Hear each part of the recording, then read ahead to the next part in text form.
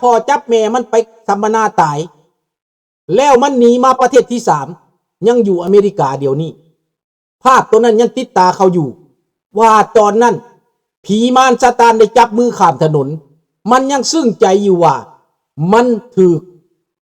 อคนดีพาข้ามถนนเนี่ยเป็นแผนการเท่านั้นซื่อแต่คนทั้งประเทศก็ว่าดีแต่ที่จริงแล้วเป็นการเซตอัพเป็นการจัดฉากพี่น้องเป็นการจัดฉาก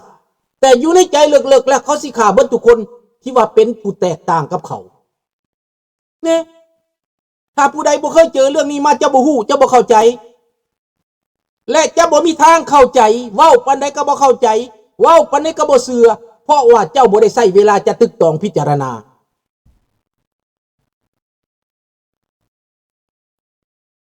แม่นแต่บ่เป็นเบิดทุกคนเด้บ่ได้เป็นเบิดทุกคนเด้เจ้าเบิ่งดูพวกเชื่อว่าทางถูกต้องนะหลุดจากอำนาจไปเบิดพวกเชื่อว่าเป็นประชาธิปไตยมันหลุดจากอำนาจไปเบิดได้เจ้าฟังคักๆเสเพคันบ่เชื่อลุงน่ะลุงได้เตือนไว้แล้วระวังเด้อระวังเด้อแม่นอีหลี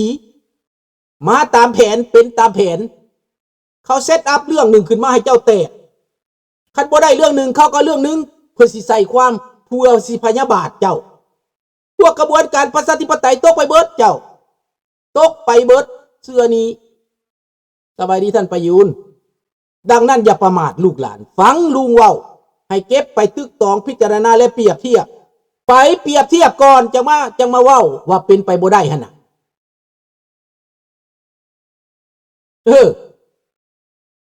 ไปเปรียบเทียบซะก่อนที่ลุงเว้ามาเป็น4 ปี5 ปีได้เตือนไว้หั่นน่ะว่ามันสิเป็นแบบนั้นมันสิเป็นแบบนี้มันสิล่มเจ้าหั่นน่ะแล้วมันเป็นจริงบ่ล่ะนี่แหละดังนั้นพี่น้องในเมื่อว่าเขาเข้ามาแทรกแซงคนธรรมดาจะบ่ใส่หัวขีดพิจารณาอย่างเบิดเขาส่วนเขาว่าก็ว่าแม่นความเขาสีคือเขาพาด่ารัฐบาลก็ด่ารัฐบาลเขาพาด่าผู้ใดก็ว่านํผู้นั้นบ่แม่นตั้งแต่อยู่ลาวอยู่เมืองนอกบางคนฟังข่าวเทื่อเดียวเว้าไปนํเขาแล้วว่าอิตาถ้ำเป็นบ้าคันบ้าได้จะเป็นประธานาธิบดีได้เจ้าคือว่าคนอเมริกาเป็นหลายร้อยล้านคนน่ะเป็นบ้าเบิดซั่นวะถ้าต้องคิดได้และเป็นหยังเขาจึงเลือกอิตาถ้ำมาเป็นประธานาธิบดี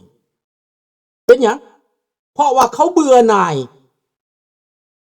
เขาละอาต่อต่างประเทศเขามาแทรกแซงเขา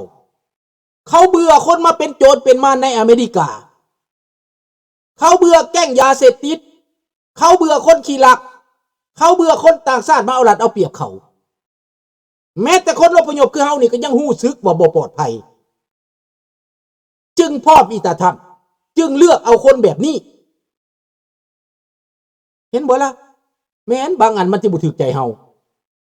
แม่นบ่ถูกใจเฮาแต่เป็นหยังประชาชนอเมริกาเลือกประชาชนอเมริกาเขาเป็นประชาชนเสรีคันเขาอ่านว่าหมอนี่อาจจะบ่ดีแบบนึงอาจจะดีแบบนึงเขาก็เอาผู้ใดสิมาปราบคอมมิวนิสต์ผู้ใดสิมาปราบยาเสพติดผู้ใดสิมาแก้ปัญหาตัวนี้น่ะมันน่ะมือนักหนาเข้าไปเขาก็มองเห็นแต่ถ้ำเขาก็เอาคนแบบแต่ถ้ำนี่แหละมาอาจจะบ่ถูกใจเจ้าเบิดอาจจะบ่เป็นนางพระเตมีอาจจะบ่นะโมตัสสะแต่เศร้าฮอดค่ำดอกแต่ว่าการตัดสินใจนั้นมันตัดสินใจถูกมีผู้ใดถล่มอิหร่านก็สิแม่นอิตาถ้ำพี่บ้านี่ที่ถล่มหัวอิหร่านนั่นเด้นี่แหละพี่น้องแม่นบ่แม่นผู้ใดกล้าถล่มอิหร่านแม่นผู้ใดกล้าเฮ็ดให้บักกันบาชาซาดต้องหนีตายนั่นต่อไป next เป็นผู้ใด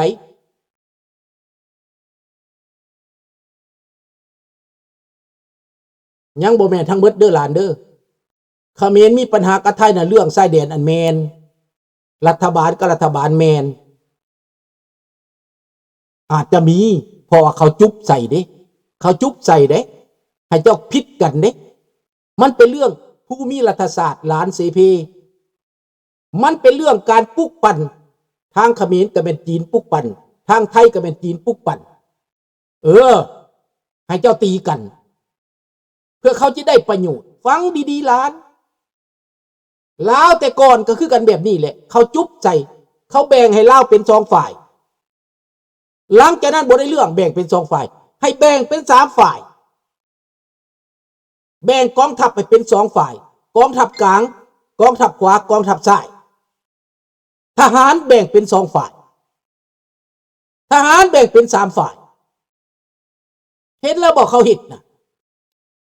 มันแผนการคอมมิวนิสต์แบ่งแยกกันนี่นะ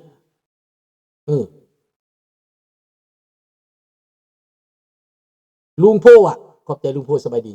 แผนการคืนกินสลาวของแก้วคอมมิวนิสต์โฮจิมินห์ก็คือสามเกี้ยงฆ่าให้เกี้ยงขายให้เกี้ยงและปุ้นให้เกี้ยงนะ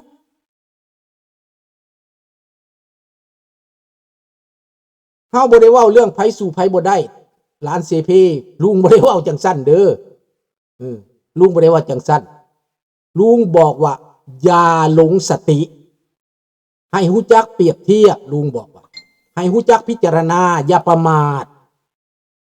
ไผคิดว่าไม่ยุ่งไม่ยางมันสิล่มย้อนมอด3ตูย้อนด้วง3ตูไม่ยุ่งมันต้นใหญ่สำใดไม่ยางมันต้นใหญ่สำใดแต่มันตายย้อนมอด3โตยังวะอย่าสึประมาทเดี๋ยวนี้เฮาติดอยู่ในมอด3โตนั่นแหละเดี๋ยวนี้นะมอดเข้าไปเจาะทางในแล้วทางในมันโค้งแล้วรัฐบาลก็บ่เป็นรัฐบาลแล้วเดี๋ยวนี้นะดังนั้นให้ฮู้จักไว้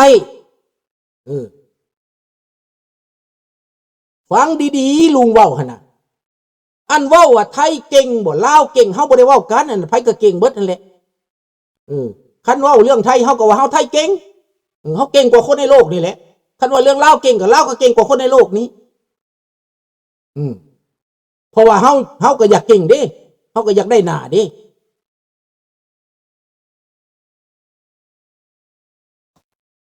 ลุงหลานต้องพิจารณาที่ลุงเว้าได้บางเถื่อลูกหลานที่บ่เข้าใจภาษาลุงเว้าได้เด้อไปพิจารณาความลุงเว้าเด้อไปตึกตองลุงไม่แต่เตือนสติอย่าประมาทอำนาจของเฮาก็บ่มีเสเพเฮาเป็นประชาชนธรรมดาอำนาจมันอยู่นำเขาผู้นั่งอยู่สภาพุ่นอำนาจมันอยู่นำกองทัพทหารพุ่นเขาเป็นคนตัดสินใจบ่แม่นเฮา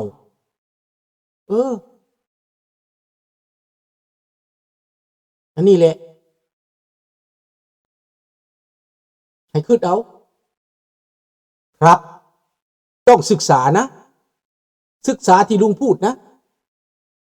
ถ้าเราไม่ศึกษาเราไม่เข้าใจแน่ๆเข้าใจผิดแน่ๆถ้าไม่ศึกษาเดี๋ยวจะเข้าใจว่าโอ้ลุงนี่ไม่ชอบไทยไม่ว่าจังซั่นไปอีกได้บ่แม่นเด้อลุงบอกว่ามันมาถึงแล้วมันมาฮอดประเทศไทยแล้วมันมาทุกวิธีทางมันมาทุกแบบมันยุทุกแบบมันเข้าถึงพรรคการเมืองมันเข้าถึงเจ้าหน้าที่มันเข้าถึงวงการตั้งแต่ก่อนเจ้าว่าศัตรูกันกับเวียดนามเดี๋ยวนี้เจ้าคิดว่าเจ้าว่าเวียดนามเป็นมิตรเจ้าว่าคอมมิวนิสต์เป็นมิตรเจ้าเดี๋ยวนี้เจ้าหลงทางได้เจ้าหลงได้คอมมิวนิสต์ในลาวนี่ดีแล้วเจริญแล้วเป็นคนดีแล้วเดี๋ยวนี้พูดแหละถ้าบ่มีสติก็เสียแล้วขาดสตินั่นแหละที่ลุงบอกนะแม่นอันนี้เดี๋ยวนี้มันบ่ได้มือแก้วบ่ได้ถือกองทัพมาเด้อมันใส่ไผมาใส่ไอ้ลาวแดงปุ่นมากับแรงงานนะมันใส่ลาวแดงปุ่นมากับแรงงานนี่แล้วเจ๊กมันมามันก็บ่ได้มาแบบเจ้าคือว่ามันสิถือมันสิกองทหารมาบ่แม่นเจ๊กมันมามันก็ไปเอาเขมรก่อนครึ่งนึงมันไปเอาเขมรครึ่งนึงมันมาเอาใจไทย2อันนี้มันเอาแล้วมันให้เจ้าตีกันนี่มันตัดค้อนให้ตัดค้อนให้ลิงตีกันทหารไทยก็ตีทหารเขมรทหารเขมรก็ตีทหารไทยคนไทยก็สร้างคนเขมรคนเขมรก็สร้างไทยสร้างคนไทยจากความหักกันกลายเป็นสร้างกัน นะแม่นบ่แม่นหรือบ่แม่นหลังจากเจ้าตีกันแล้วเศรษฐกิจเจ้าก็บ่ไปลุงสิเว้าให้มันแปลนกว่านี้คันยังบ่เข้าใจนะเว้าให้อีกบริษัทของไทยนี่โรงงานพาดรถบ่โรงหยังก็ตามที่ไทยญี่ปุ่นลงนี่นะเขาส่งผ่านเขมรไปเวียดนามสินค้ามันไปกันแบบนั้นระหว่าง3ประเทศนี้สินค้าไทยก็ต้องไปเขมรไปเวียดนามเดี๋ยวนี้ปิดชายแดนปิดชายแดนพวกเอกชนอยากให้เปิดชายแดนพวกนักการเมืองอยากให้ปิดชายแดนทหารอยากปิดชายแดนให้เกียรติช่างให้กำแพงคือกำแพงเบอร์ลินนี่เลยเป็นกำแพงคือกำแพงเบอร์ลินนี้แล้วประเทศไทยจะค้าขายกับใครล่ะตอนนี้ค้าขายกับจีนจีนก็ไม่เอาเขาบ่ซื้อเพราะจีนเป็นสินค้าจีนส่งมาคันผลิตจะเป็นของจีนอะไรของจีนทุกสิ่งอย่างเป็นของจีนส่งมาในไทยท่วมตลาดไทยคนไทยผลิตก็ต้องส่งเข้าเวียดนามส่งเข้าเขมรลูกค้าของท่านก็คือเขมรลูกค้าของท่านก็คือคนลาวคันบ่อยากคันอยากฮู้ก็ค่ะปิดชายแดนลาวอีกตึมก็ได้ปิดชายแดนลาวตึมล้อมหัวไว้เลยแล้วคนไทยสิขายกับไผนี่เขาให้เจ้าเป็นแบบนั้นเขาให้เจ้าตกเลขกลแบบนี้แล้วแทนที่เครื่องของไทยส่งไปไม่ได้จีนก็ขายสบายสินี่บาทนี้มันมีปัญหาอยู่ว่าเครื่องจีนที่ผลิตในเขมรจะส่งเข้ามาขายไทยจะส่งก็ไปขายต่างประเทศไปไม่ได้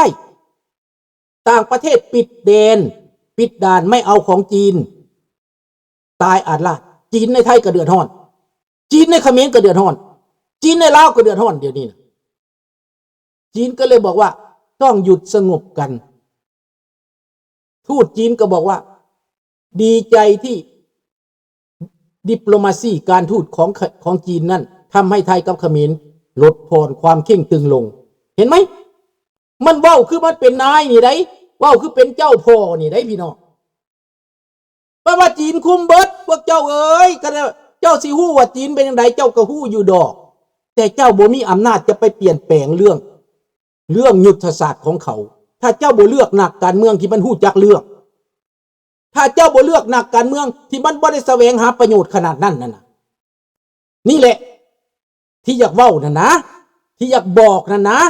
อยากให้คนลาวและคนไทยเข้าใจนั่นนะเพราะว่ารายการช่องนี้แม่นรายการเว้าให้คนลาว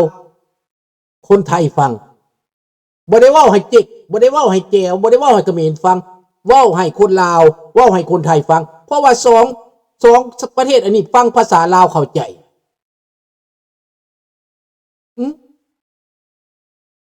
นี่แหละดังนั้นจีนมันเว้าแบบนั้นและมันก็เฮ็ดแบบนั้นนโยบายของมันก็แบบนั้นเพราะมันจะกลืนกินแถวนี้มันบอกให้เจ้าต้านอเมริกานะคือจังหวะกระบักลาวแดงเข้ามาเมืองไทยมันกระลำก่อนเดียวอยู่แล้วโอละเนาะจักรพรรดิอเมริกาโลกมันด่าจักรพรรดิอเมริกาทันทีคนไทยก็ถือใจทันทีเอ้ย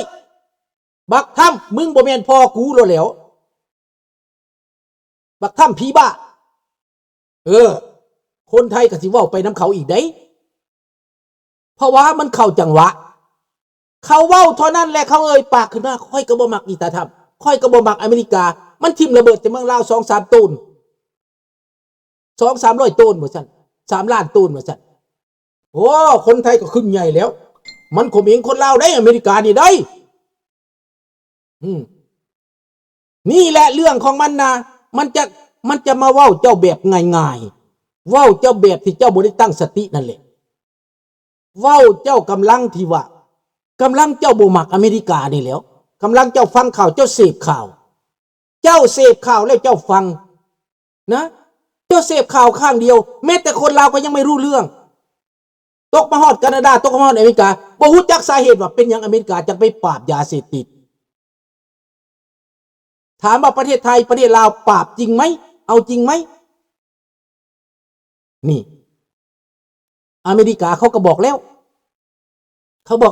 ขาสิปราบแต่ตอนนี้ตาบาเดนปราบบ่ได้ เงิน DAA